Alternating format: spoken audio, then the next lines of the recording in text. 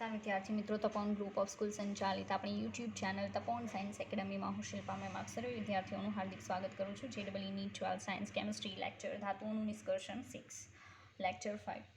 ચાલો, last video લેક્ચરની અંદર યાદ હોય તો હું તમને હોલ હેરોલ્ડ પ્રવિધિ કરાવતી હતી, બરાબર છે. તો એની અંદર મેં તમને એમ કીધું હતું કે નોર્મલી એલ્યુમિના જે છે, બરાબર છે, એને વિદ્યુત વિભાજ્ય બનાવવા માટે લિક્વિડ ફોર્મમાં રાખવી જરૂરી છે. અને એને લિક્વિડ ફોર્મમાં રાખવી હોય તો ઓપ્શન એક જ છે કે એનું ટેમ્પરેચર મીન્સ કે એનું ગલનબિંદુ ડાઉન કરો.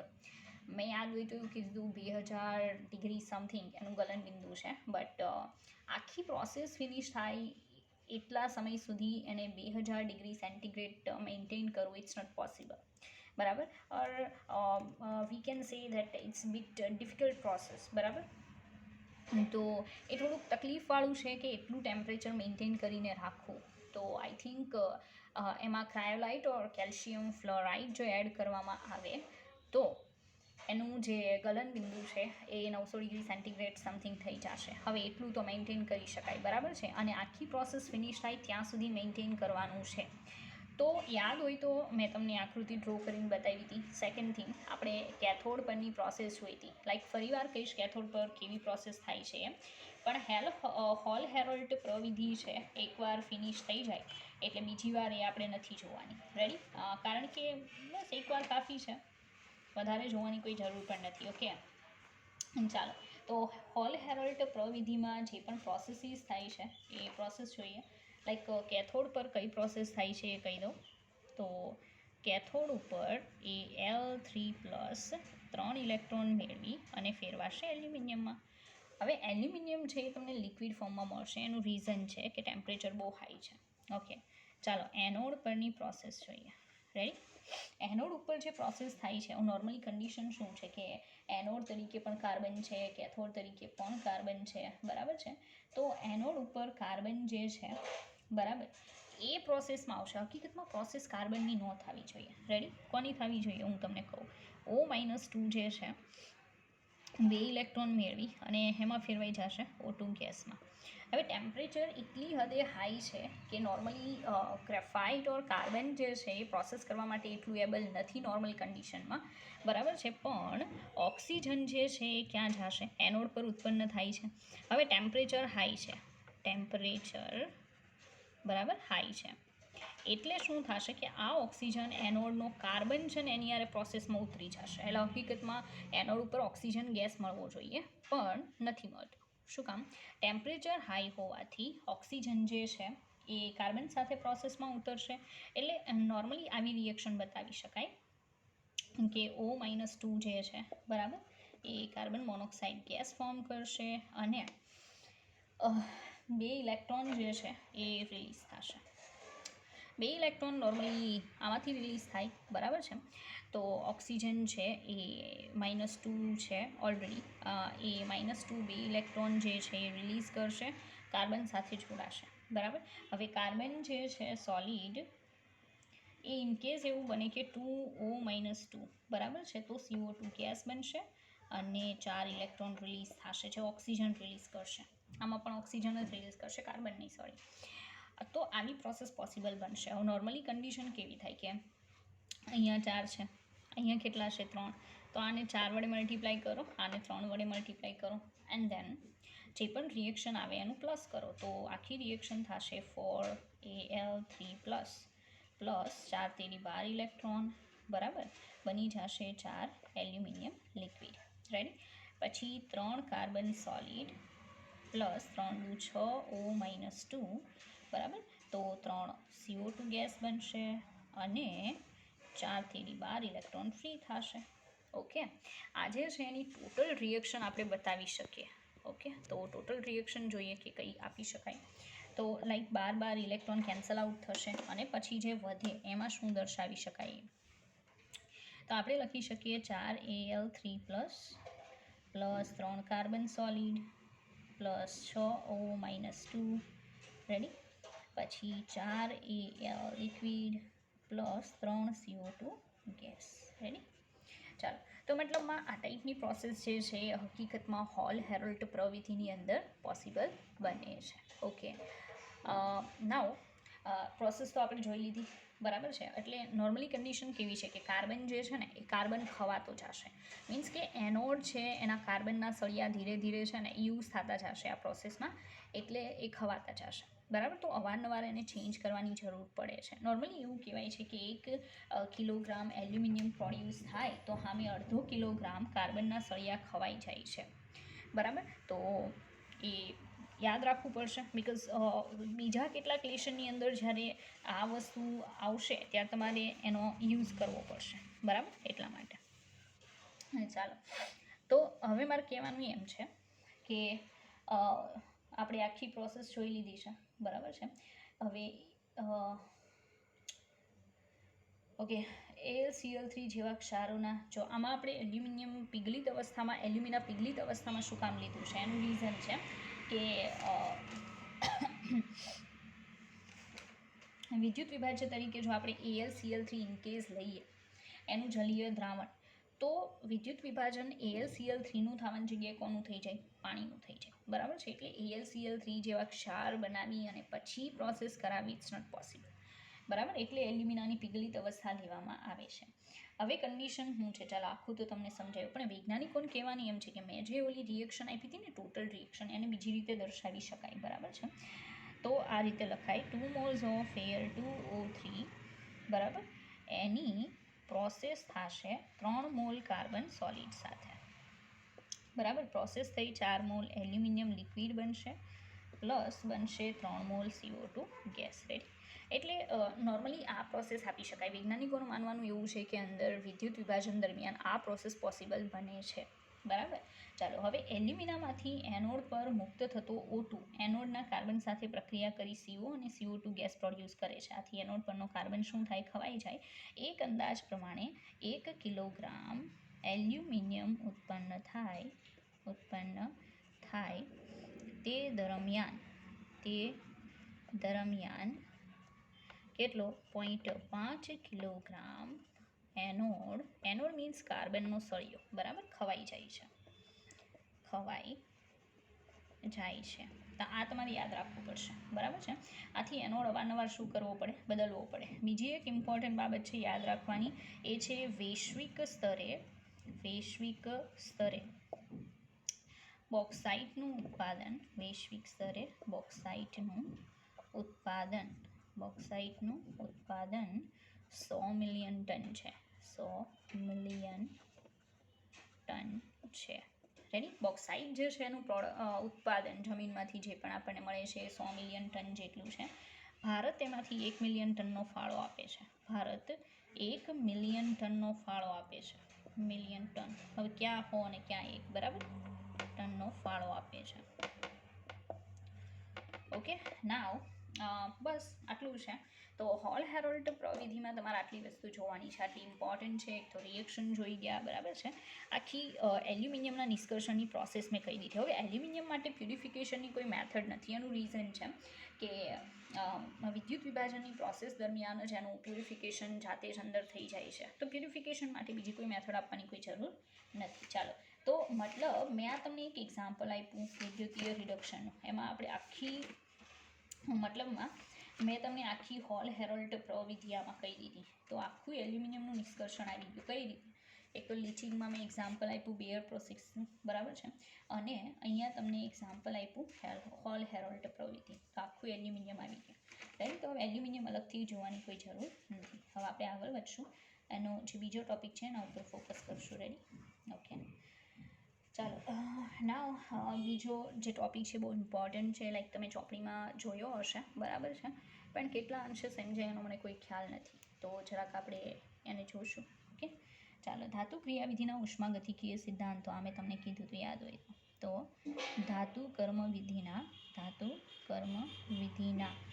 ભાઈ ધાતુ કર્મવિધિ કોને કહેવાય એ તમને ખ્યાલ હોવો જોઈએ કે ધાતુ જે છે એની કાચી ધાતુ રો મટીરિયલ છે એના ઉપર different types of reaction processes કરી અને એમાંથી પ્યોર મેટલ સુધી પહોંચવાનું આખી જે પ્રોસેસ છે, બરાબર છે, લાઈક સંકેન્દ્રીકરણ, દેન કેલ્સિનેશન, અવભુંજન, એના પછી રિડક્શન, બરાબર, મેટલનું પ્યુરિફિકેશન, આ બધી પ્રોસેસ છે એને સરવાળે ધાતુ કર્મવિધિ કહેવાય. બરાબર છે.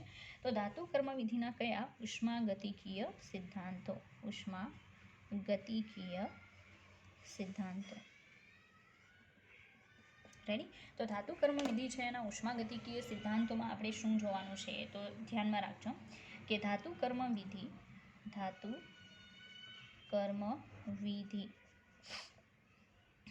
બરાબર, એ કઈ કોની સાથે કનેક્ટેડ છે? તો ઉષ્માગતિશાસ્ત્રના પાયાના ખ્યાલો સાથે.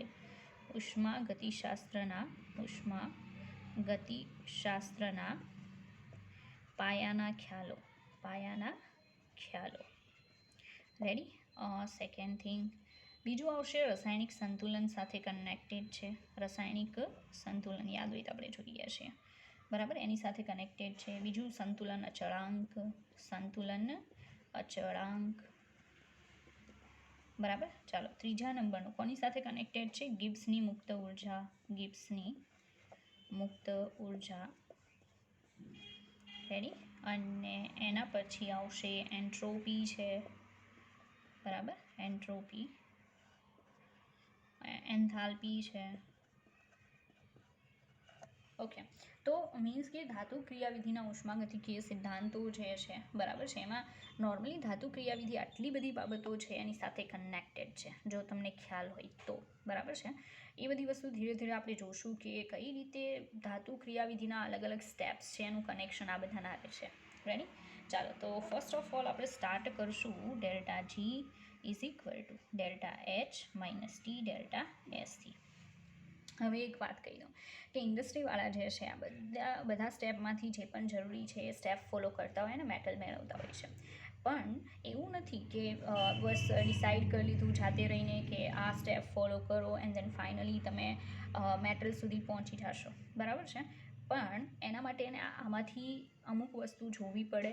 બરાબર છે, એને પ્રોપર ગોઠવવી પડે, ત્યારે એને મેક્સિમમ મેટલ મળે. નોર્મલી કન્ડિશન કેવી હોય કે બધા એવું ઈચ્છતા હોય કે ઓછા પૈસા ખર્ચ કરીને વધારે મેટલ મેળવી શકાય. બરાબર છે, તો એના માટે આમાંથી અમુક સિદ્ધાંતોને ફોલો કરવા પડે. બરાબર છે, એવું બધું કરે તો લાસ્ટમાં મેક્સિમમ પ્રોડક્ટ મળી શકે.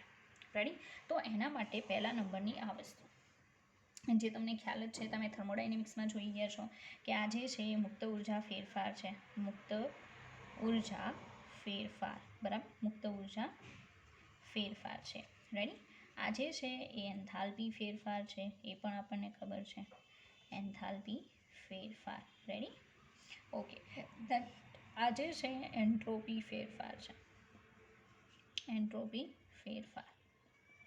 ઓકે, અને આ તાપમાન છે એ તો તમને ખ્યાલ છે. હવે તો એક આ સમજવાનું હતું, એનો યુઝ આપણે કરવી કે કઈ રીતે એ ધાતુ ક્રિયાવિધિમાં હેલ્પ કરી દેશે. ઓકે, ચાલો.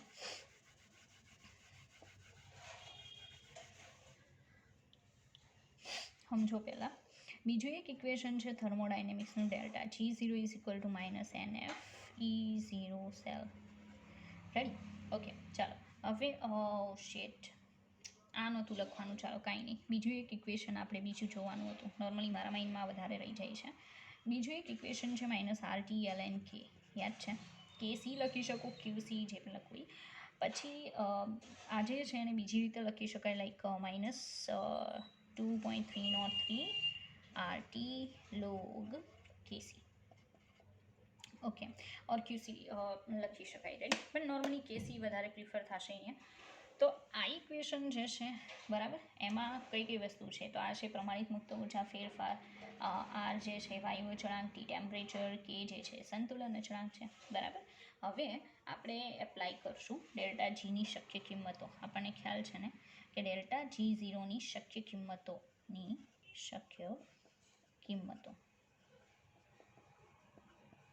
તો ડેલ્ટા G0 છે એની શક્ય કિંમતોમાં એક આવે પોઝિટિવ. બરાબર, બીજી આવશે 0, એક આવશે નેગેટિવ. રેડી? તો પોઝિટિવ પ્રાઇસ આવે તો આપણને ખબર છે કે પ્રક્રિયા આપમેળે ન થાય. મતલબ રિએક્શન છે સ્વયંસ્ફુરિત નથી. જો એટલું યાદ રાખજો, ઇન્ડસ્ટ્રીવાળાને મેક્સિમમ ધાતુ જોતી હોય તો ડેલ્ટા જીની પ્રાઇસ જે છે ડેલ્ટા G0 એની પ્રાઇસ ગમે એમ કરી નેગેટિવ કરવી પડે. જો ભૂલથી નહીં એ પોઝિટિવ રહેશે ને તો પ્રક્રિયા આપમેળે નહીં થાય, અને જ્યારે પરાણે પ્રક્રિયા થાય ને ત્યારે કોઈ દિવસ પ્રોડક્ટ આપણે જોતી હોય એટલી મળે નહીં.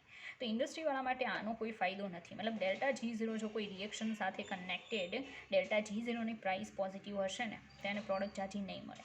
બરાબર છે. બીજું, માનો કે કોઈ રિએક્શન સાથે સંકળાયેલ ડેલ્ટા G0 શૂન્ય છે તો પ્રક્રિયા સંતુલનમાં હશે. પ્રક્રિયા સંતુલનમાં હોય અને જ્યારે રિએક્શન છે એ સંતુલનમાં હશે, બરાબર છે, તો સીધી વાત છે ને કે પ્રોડક્ટ કેટલી નહીં મળે. રેડી?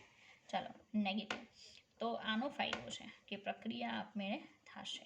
પ્રક્રિયા આપમેળે શક્ય બનશે. રેડી? પ્રક્રિયા આપમેળે શક્ય બનશે. હવે કેની પ્રાઇસ કહું, લાઈક કેસીની પ્રાઇસ. જ્યારે પોઝિટિવ પ્રાઇસ હોય ત્યારે કેસી છે, બરાબર છે, લેસ ધેન 1 હોય, અને સંતુલન હોય ત્યારે કેસી છે એ 1 હોય, બરાબર છે, અને જ્યારે ઋણ પ્રાઇસ હોય ત્યારે કેસી ગ્રેટર ધેન 1 હશે. બરાબર છે.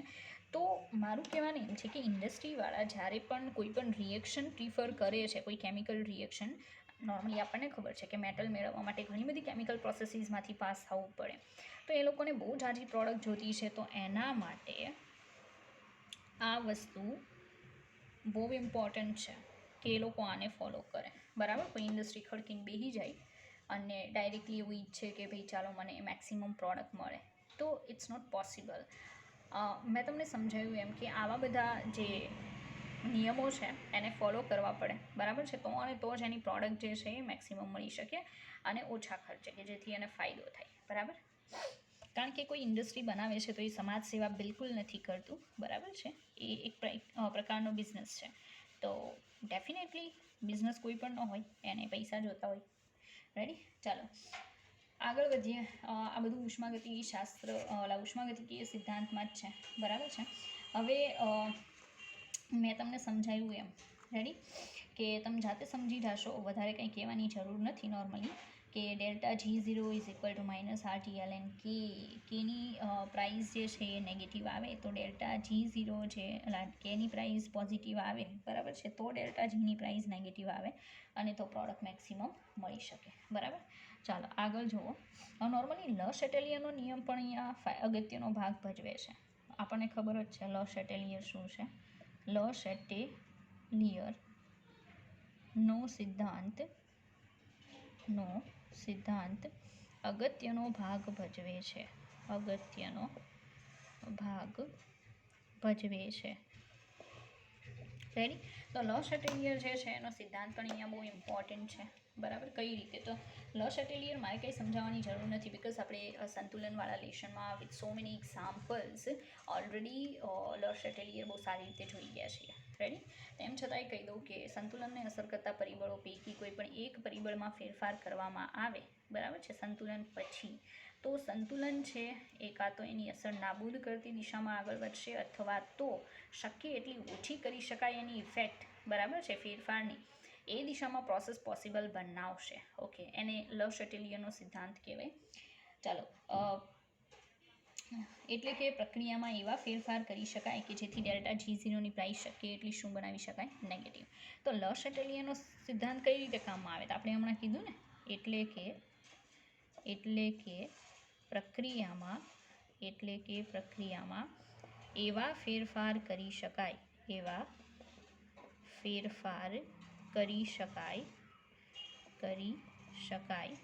કે જેથી ડેલ્ટા G0નું મૂલ્ય નેગેટિવ બને. રેડી? નેગેટિવ પ્રાઇસ બને એવા પ્રયત્ન કરી શકાય લ શેટેલિયરની હેલ્પથી. આપણને ખબર જ છે. હવે બીજું કે delta G is equal to delta H minus T delta S.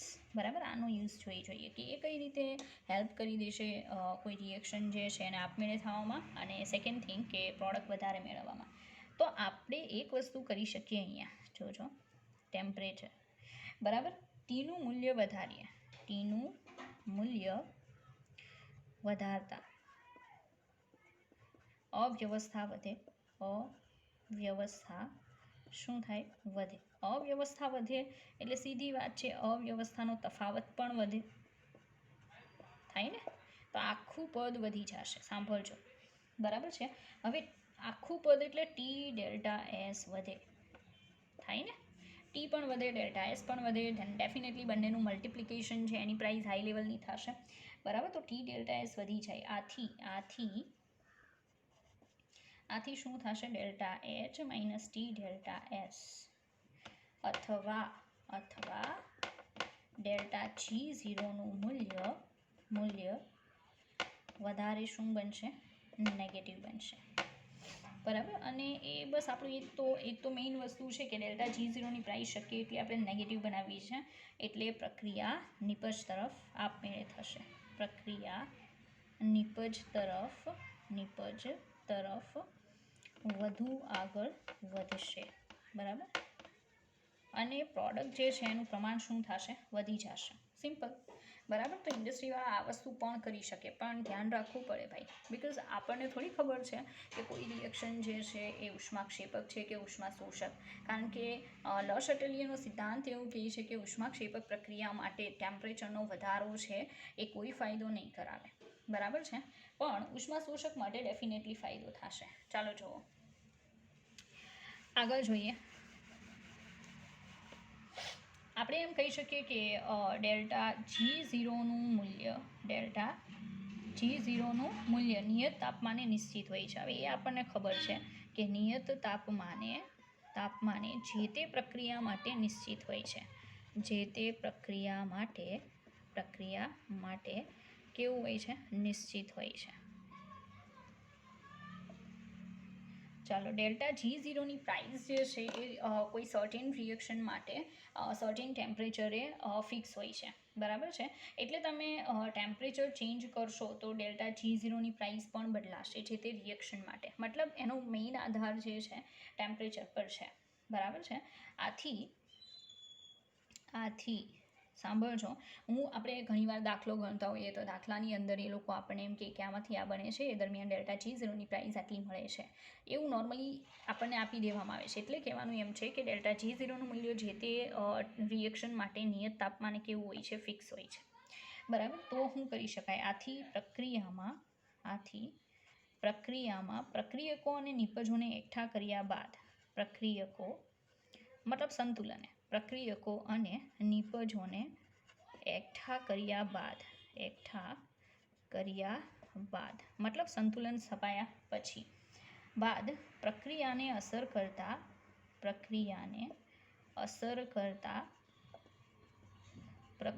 અસર કરતા પરિબળો જેવા કે કયા આવશે? દબાણ, બરાબર? સેકન્ડ તાપમાન,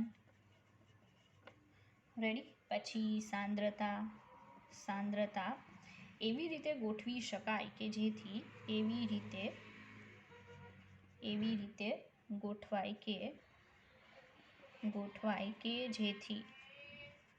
જેથી ડેલ્ટા જી ઝીરોનું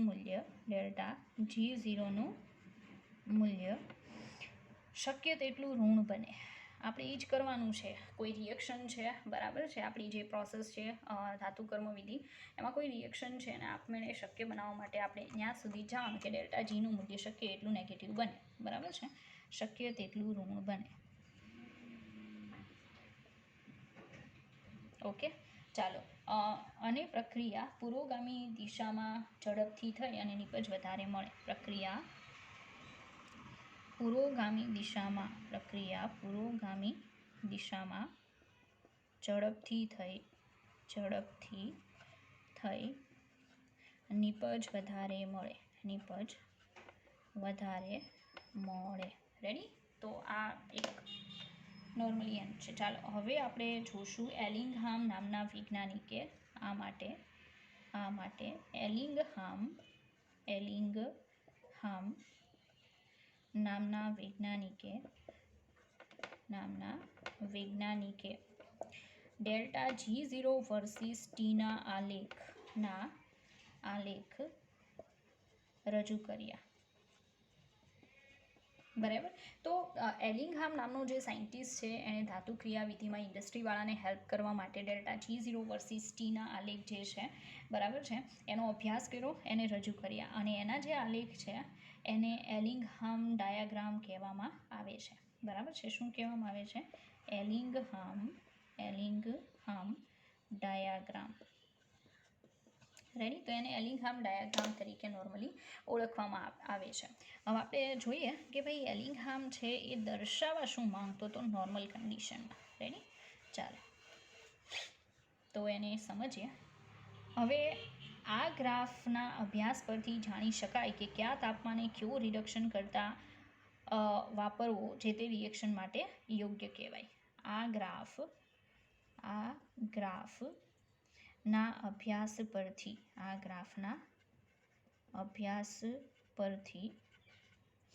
જાણી શકાય કે જે તે પ્રક્રિયા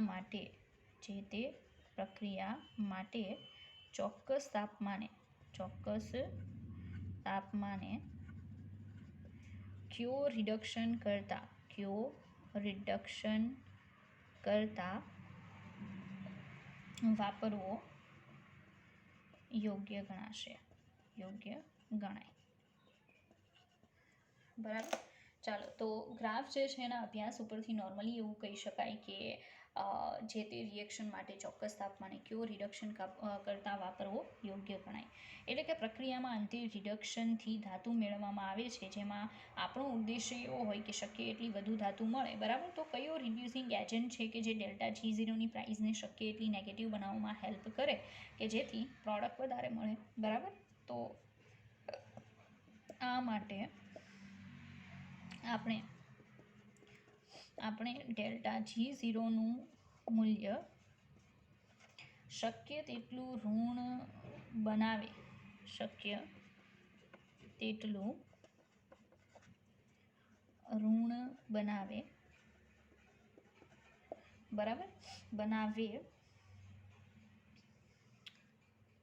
તેવા રિડક્શન કરતાને પસંદ કરીએ. એટલે એ માટે આપણે ડેલ્ટા G0નું મૂલ્ય શક્ય એટલું ઋણ બનાવે તેવા રિડક્શન કરતાને પસંદ કરીએ અને પ્રક્રિયામાં એ દિશામાં યોગ્ય ફેરફાર કરીએ